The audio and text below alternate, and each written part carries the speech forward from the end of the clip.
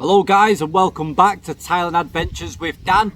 I'm happy to inform you that we've got a story today from one of our subscribers, so sit back, chill out, get your popcorn ready, let's get on with it.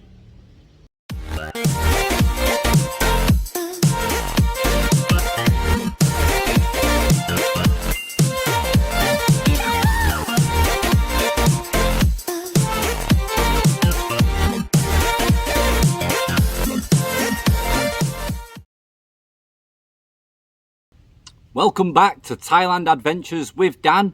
I'm happy to inform you that it's story time. So to kick the story segment off on the channel, we're going to start with a gentleman called Alan Khan from all the way down under in Australia. And this is his story, A Friend's Dying Wish.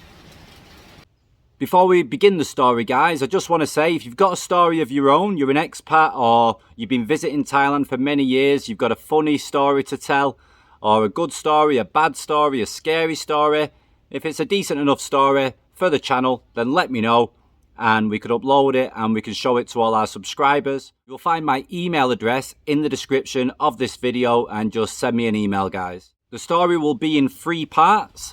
I'll upload all the parts at the same time, so at the end of the first part you can just click and you can jump straight over to the second and then on to the third. Well, here's a photo from the man himself, Alan Khan from Australia. This is his story. Let's begin. The story begins about 17 years ago when I met this guy we can call Vic. He was a couple of years younger than me at the time.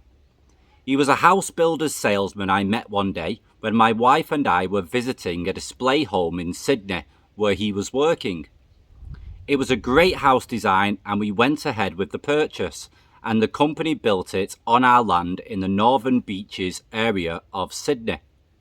He had a Thai friend in his office at the time named Ying, who was staying with him on a tourist visa. So I started talking to Ying in broken Thai and later to him about Thailand, as we then had something in common. Ying was also going back to Thailand at the end of the week. Let's fast forward to a couple of years after building the house and spending time talking with Vic and getting to know him. Then later on, we decided to make a trip to Thailand together, as I used to travel on my own usually, as my wife was just not interested in Thailand. We ended up in Pattaya and of course did all the things you have experienced, I'm sure, and maybe some better and some worse, but nevertheless our friendships as mates grew day by day as I started realising he was like the brother I never had. Being an only child, I always regretted never having a brother or a sister.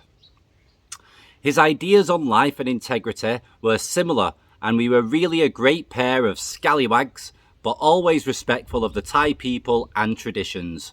I can never remember a bad word between us, ever. We always stayed at the Sabai Inn on Soi 2, usually the 3rd floor. We had some great times together with a total of about 5 trips to Thailand over the coming years to both Pattaya and Bangkok. In the meantime, he invested in an old condo in Pattaya with birds nesting in the rooms and had it remodelled beautifully. It was in an area called the Dark Side.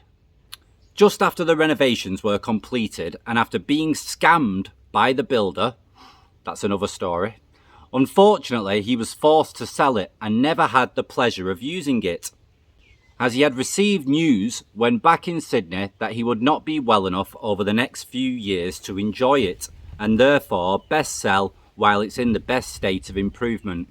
I helped him and it sold very quickly. Back in Sydney now, Vic receives confirmation that he has a bowel problem and eventually had to have the bowel removed. A few years went by and whilst we still went to Thailand together and had some fun, it was not very comfortable for him, with his condition restricted our movements quite a lot.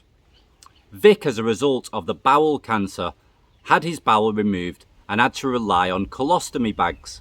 He showed so much courage and we still enjoyed Pattaya together, but at a slower rate. Still plenty of laughs and mini adventures, there were still such great times together, although at a much slower pace. Now Vic didn't have a lot of money, but he was proud and always paid his way and was never a moocher.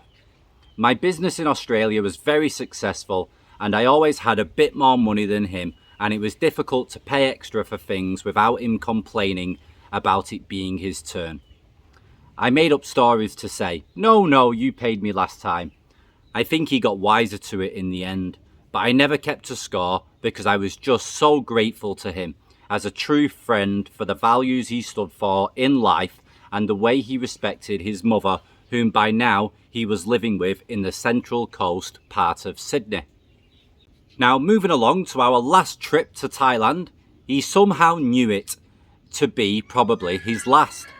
I suspected it also, so we decided to make it a blast. We rang the bells in so many bars in Pattaya, it sounded like Westminster Abbey or Big Ben at noon.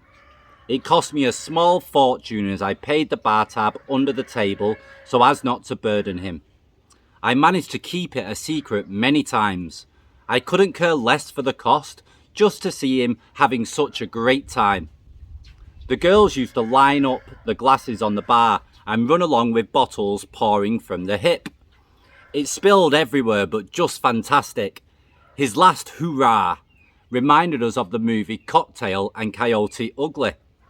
After this trip and we got back to Sydney, the reality started to set in, but we kept up seeing each other every month at a place in the city for lunch. The same place for lunch, as we were truly creatures of habit. It was the last lunch we had, I clearly remember like it was yesterday. He asked me, "Alan mate, when next time you go to Pattaya, will you stay at the Sabai Inn as usual?" "Of course," I muttered, "but it won't be the same without you." Actually, I never intended to ever go back there as it would spark too many memories, and I think I could just not handle it without him being there to ring those bells. At lunch we spoke of many things in the past and had some laughs, but in my gut I felt sick because I never knew when he might check out and leave this world. While sad, I kept up appearances and I didn't want him to suspect anything. Just before we parted for him to get the train and me the bus, I grabbed his wrist as he was going to stand up from his seat. I stared straight at him without hesitation, although my emotions were welling up inside with the urge to choke on the words I desperately wanted to utter. "Vic, mate, I wanted to tell you this for a long time, so here goes. You know, mate, I need to tell you something. You are not my best friend, you are my only friend. I got through it and didn't need the tissue I had camouflaged in my wrist." I think he understood the importance of the gesture, for what was to come next is the start of the rest of the story in part 2. Okay guys, I hope you're enjoying Alan's story. Click for part 2 here.